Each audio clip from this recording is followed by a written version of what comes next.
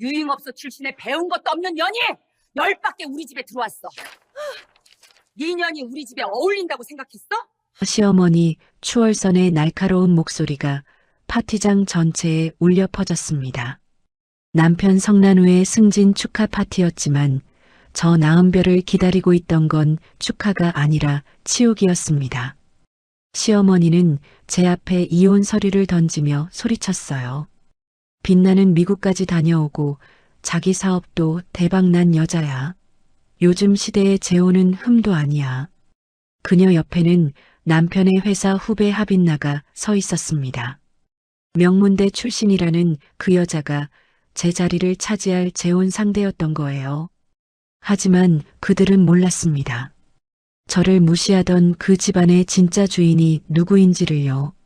사연 시작 전 구독과 좋아요 부탁드립니다. 구독은 무료지만 여러분이 눌러주신 그 한 번의 클릭이 저에게는 금괴보다 값진 응원이 되고 여러분께는 100배의 행운으로 돌아갈 것입니다. 오늘의 사연 지금 시작합니다. 저는 서울 강남구에 살고 있는 38살 나은별입니다. 지금부터 제 이야기를 들려드리겠습니다. 결혼 전 저는 평범한 삶을 살았습니다. 하지만 부모님이 교통사고로 갑자기 돌아가시고 홀로 남겨진 25살 생계를 위해 선택할 수 있는 일은 많지 않았어요. 빚더미에 앉아 하루하루를 버티던 저는 결국 강남의 한 룸살롱에서 일하게 되었습니다. 밤마다 술을 따르고 웃음을 팔아야 했던 그 시간들은 지옥 같았지만 살아남기 위해서는 견뎌야 했어요.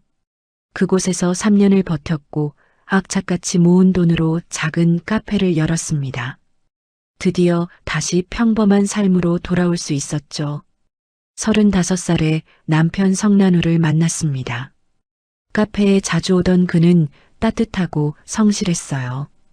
커피를 마시며 이런저런 이야기를 나누던 중 자연스럽게 가까워졌습니다. 고백을 받았을 때 저는 솔직하게 말했어요. 제 과거를 숨기고 싶지 않았거든요. 라누는 잠시 놀란 표정을 지었지만 곧 제 손을 잡았습니다. 은별아, 과거는 중요하지 않아. 지금의 내가 중요해. 나랑 결혼해 줄래? 그 말에 저는 눈물을 흘렸어요. 이 사람과라면 정말 행복할 수 있을 거라고 믿었습니다. 하지만 결혼식 날부터 달라지기 시작했어요. 시어머니는 하객들 앞에서 말했습니다. 우리 며느리는 소박하게 살았어요. 특별한 학벌은 없지만 착하답니다. 웃음이 터져나왔고 저는 고개를 숙인 채 미소만 지었습니다. 신혼여행에서 돌아온 다음 날 아침 시어머니가 전화를 걸어왔어요. 은별아, 우리 식당에 와서 설거지 좀 도와줘. 직원이 갑자기 안 나왔어. 저는 청송정 한정식집으로 달려갔습니다. 주방에서 설거지를 하고 홀 바닥을 닦고 화장실을 청소했어요. 손님들이 지나가며 속삭이는 소리가 들렸습니다. 저 사람이 사장님 며느린데 학벌이 없어서 저렇게 일하나 봐. 얼굴이 화끈거렸지만 표정을 바꾸지 않았어요. 시어머니는 일이 끝나고 10,000원짜리 한 장을 제 손에 쥐어주었는데 수고했어. 이거 받아라고 말하는 목소리에는 따뜻함이라곤 전혀 없었습니다. 저는 받지 않으려 했지만 시어머니는 코웃음을 치며 말했어요. 시어머니가 주는 돈인데 10,000원이라고 안 받아? 유흥업소에서 일할 때는 얼마나 받았는데. 어처구니가 없었지만 고개를 숙이고 돈을 받을 수밖에 없었고 그게 제가 시댁에서 받은 첫 번째 모욕이었습니다. 명절이 다가오자 시댁 친척이 10명이 넘게 모인다는 소식을 들었고 저는 혼자서 모든 음식을 준비해야 했습니다. 새벽 4시에 일어나 시장에 가서 전복, 소고기, 각종 나물을 샀고 오전 내내 손질한 뒤 오후 내내 요리했습니다. 손가락이 베었지만 참았고 허리가 끊어질 것 같았지만 쉬지 않았어요. 저녁 6시에 친척들이 도착하자 시어머니가 음식상을 둘러보며 말했습니다. 역시 유흥업소에서 일하던 사람이라 손이 빠르긴 하네. 친척들이 웃었고 한 명이 물었어요. 은별이는 대학교 어디 나왔어요? 시어머니가 대답했습니다. 대학은 못 갔어. 고등학교만 나왔지. 집안이 어려워서. 그 자리가 조용해졌습니다. 저는 부엌으로 들어가 혼자 밥을 먹었는데 눈물이 날 것 같았지만 참았습니다. 남편 라누가 들어와서 은별아, 괜찮아? 라고 물었고 저는 고개를 끄덕이며 응, 괜찮아. 어서 나가서 어머님 모셔라고 대답했습니다. 라누는 미안한 표정을 지으며 나갔고 저는 싱크대에 산더미처럼 쌓인 설거지를 시작했어요. 뜨거운 물에 손을 담그며 언제까지 이렇게 살아야 할까 생각했지만 라누를 사랑했기에 남편에게 피해를 주고 싶지 않았기에 참기로 결심했습니다. 결혼 1년이 지나자 시어머니의 태도는 더욱 노골적으로 변했고 어느 날 저녁 라누가 퇴근하자마자 시어머니가 우리 집으로 찾아왔습니다. 은별아, 너 아직도 애가 없니? 라고 물었고 저는 조심스럽게 대답했어요. 병원에 다니고 있어요, 어머님. 시어머니는 팔짱을 끼며 차갑게 말했습니다. 유흥업소에서 일해서 몸이 망가진 거 아니야? 우리 라누한테 미안하지도 않아? 라누가 끼어들었어요. 엄마, 그런 말씀하지 마세요. 병원에서는 제 쪽에 문제가 있다고 했어요. 시어머니는 코웃음을 쳤습니다. 그게 무슨 소리야? 우리 아들이 문제라니. 의사가 뭘 알아? 그날부터 시어머니는 저를 애도 못 낳는 며느리라고 부르기 시작했고 친척 모임이 있을 때마다 공개적으로 망신을 주었습니다. 어느 날 시어머니 생일 파티에서 친척 아주머니가 물었어요. 은별이는 요즘 뭐해? 시어머니가 대답했습니다. 뭘 하긴 집에서 놀지. 일도 못 구하고 애도 못 낳으니까 쓸모가 없어. 저는 고개를 숙인 채 참았지만 라누의 얼굴이 굳어지는 게 보였습니다. 그날 밤 집으로 돌아온 라누가 제 손을 잡으며 말했어요. 은별아, 미안해. 엄마가 너무 심하셨지. 내가 더 강하게 말씀드릴게. 저는 고개를 저었습니다. 괜찮아, 라누야. 어머님이 실망하신 것도 이해해. 나도 미안해. 하지만 속으로는 생각했어요. 언제까지 이렇게 참고만 살아야 할까? 하지만 라누를 사랑했기에 남편의 가정을 지키고 싶었기에 저는 계속 버텼습니다. 결혼 2년째가 되던 어느 날 시어머니가 라누의 승진 축하 파티를 연다고 했고 저는 평소처럼 식당 청송정으로 향했습니다. 하지만 파티장에 들어서자 낯선 여자가 시어머니 옆에 서 있었고 그녀는 저를 보자마자 능글맞게 미소를 지었어요. 안녕하세요, 사모님. 저는 라누 과장님 부하 하빈나라고 합니다. 시어머니가 끼어들었습니다. 빛나는 명문대 나왔고 미국까지 다녀온 인재야. 우리 회사에서 제일 잘 나가는 직원이지. 파티가 시작되자 시어머니는 마이크를 잡고 말했습니다. 오늘 우리 라누가 과장으로 승진했어요. 다들 축하해 주세요. 박수가 터졌지만 시어머니는 거기서 멈추지 않았어요. 그리고 여기 빛나 씨도 소개할게요. 라누 밑에서 일하는 유능한 직원인데 정말 똑똑하고 예쁘죠? 사람들이 웅성거렸고 저는 불안한 예감이 들었습니다. 파티가 끝나고 시어머니가 저를 따로 불렀고 라누와 하빈나도 함께 있었습니다.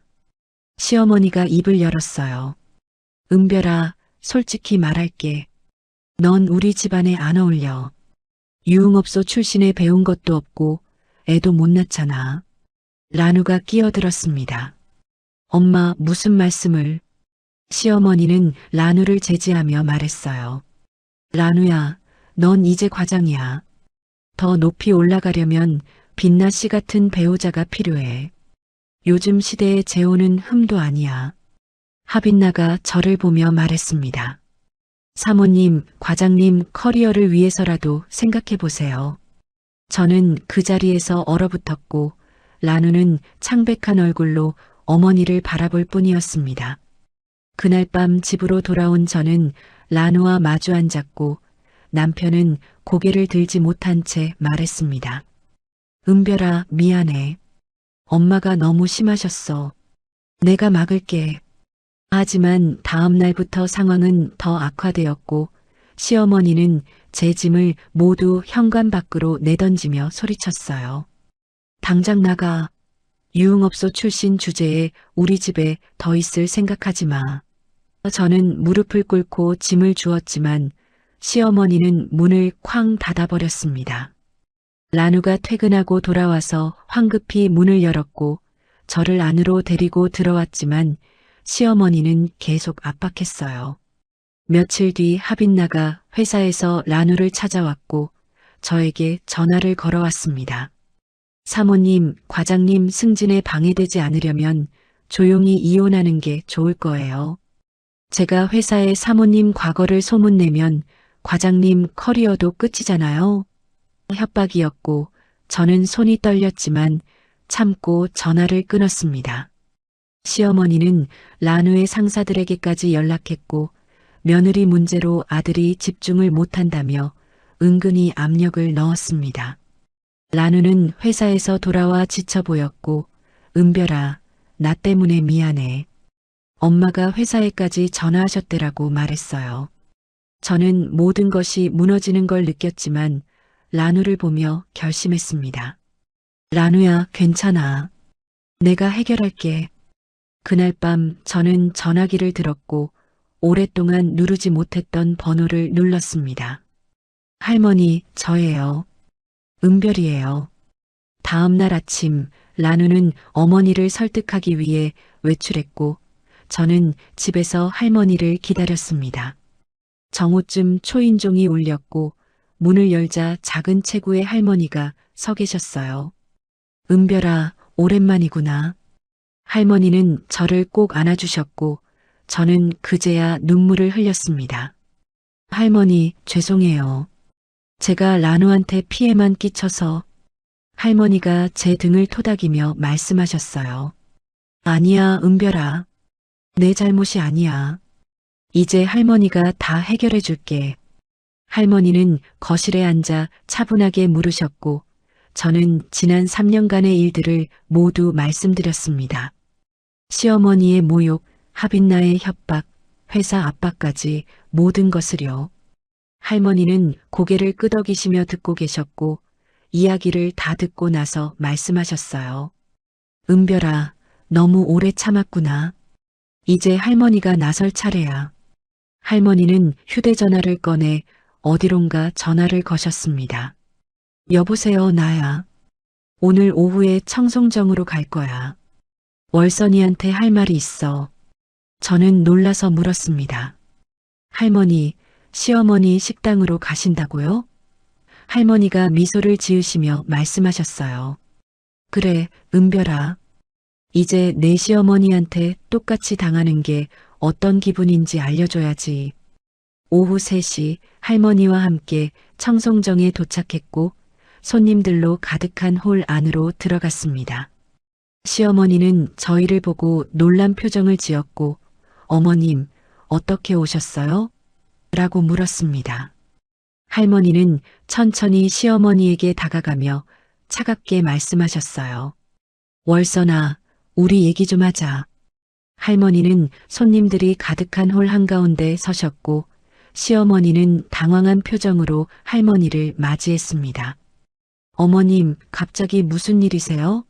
할머니는 천천히 주변을 둘러보시며 말씀하셨어요. 월선아, 손님들 앞에서 얘기하는 게 좋겠구나. 내가 우리 손주 며느리한테 그렇게 했으니까. 시어머니의 얼굴이 하얗게 질렸고 할머니는 차갑게 말을 이었습니다. 월선아, 너도 우리 집안에 비하면 형편이 안 좋고 학벌도 부족하니 내 아들과 이혼하라. 시어머니는 믿을 수 없다는 표정으로 말했습니다. 어머님, 그게 무슨 말씀이세요? 할머니가 팔짱을 끼며 말씀하셨어요. 요즘 시대의 재혼은 흠도 아니잖니? 내가 은별이한테 한 말 그대로야. 너도 당해봐라. 어떤 기분인지. 손님들이 웅성거리기 시작했고 시어머니는 할머니 앞에서 무릎을 꿇었습니다. 어머님, 제발 용서해 주세요. 제가 잘못했어요. 할머니는 고개를 저으시며 말씀하셨어요. 나한테 빌지 말고 은별이한테 가서 빌어. 그리고는 손님들을 향해 말씀하셨습니다. 여러분, 제 소개를 하겠습니다. 저는 대한건설그룹 창업주 나천희입니다. 작은 과일 가게에서 시작해서 5천억 원 규모의 회사를 일궈냈고 이 집안의 진짜 가장이죠. 손님들이 술렁였고 시어머니는 그 자리에서 얼어붙었습니다. 할머니가 계속 말씀하셨어요. 이 청송정도 우리 회사 협력업체 중 하나일 뿐이야. 그런 주제에 감히 우리 손주 며느리를 함부로 대? 당장 사과하지 않으면 거래 끊을 거야. 시어머니는 떨리는 목소리로 말했습니다. 어머님, 정말 몰랐어요. 은별이가 그런 집안 며느리인 줄. 할머니가 손을 들어 제지하셨어요. 그게 중요한 게 아니야, 월선아. 은별이가 어떤 집안 출신이든 유흥업소에서 일했든 안 했든 그건 사람을 함부로 대할 이유가 되지 않아. 할머니는 제 손을 잡으시며 말씀하셨습니다. 은별이는 부모님 돌아가시고 혼자 살아남으려고 최선을 다했어. 그게 뭐가 잘못됐니? 그때 라누가 식당으로 뛰어들어왔고 할머니를 보자마자 놀란 표정을 지었습니다. 할머니, 오셨어요? 할머니가 고개를 끄덕이셨어요. 그래, 라누야. 내가 부탁했잖니. 할머니가 해결해 주겠다고. 라누는 어머니를 보며 말했습니다.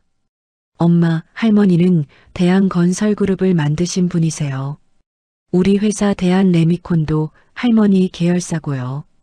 시어머니는 그제야 모든 걸 깨닫고 바닥에 주저앉았습니다. 며칠 뒤 할머니는 하빈나의 학력도 조사하셨고 그녀가 명문대가 아닌 지방전문대 출신이며 학력을 위조했다는 사실을 밝혀내셨습니다. 하빈나는 회사에서 즉시 해고되었고 시어머니는 저를 찾아와 무릎을 꿇었어요. 은별아, 정말 미안해.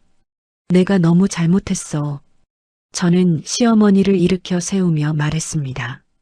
어머님, 저는 과거를 부끄러워하지 않아요. 생계를 위해 일했던 시간들이 저를 더 강하게 만들었어요. 할머니가 제 어깨를 토닥이시며 말씀하셨어요.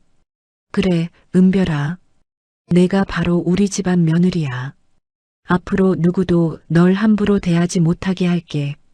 라누는 저를 끌어안으며 말했습니다. 은별아, 사랑해. 평생 지킬게. 여러분, 오늘 은별 씨의 이야기 어떻게 들으셨나요? 세상은 때로 겉으로 보이는 학벌이나 과거로 사람을 평가하곤 하지만 결국 가장 큰 승리는 자신의 가치를 믿고 당당하게 살아가는 사람에게 돌아간다는 것을 은별 씨의 삶이 보여준 것 같습니다. 유흥업소 출신이라는 과거가 부끄러운 게 아니라 그 과거로 사람을 함부로 판단하는 것이 부끄러운 일입니다. 은별 씨처럼 생계를 위해 최선을 다했던 시간들, 그 시간들이 우리를 더 강하게 만들었다는 것을 기억해 주세요.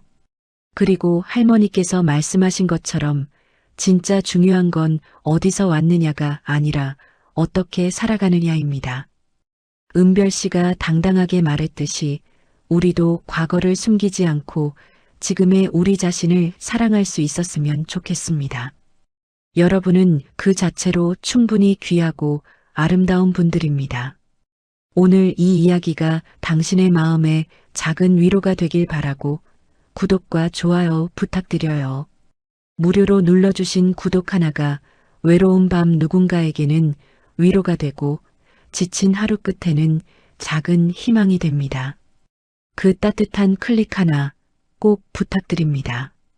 그리고 지금 이 순간 어디서 무엇을 하며 들어주고 계신지 댓글로 나눠주세요. 새해 복 많이 받으시길 바라며 오늘도 시청해 주셔서 감사합니다. 기발한 사연이었습니다.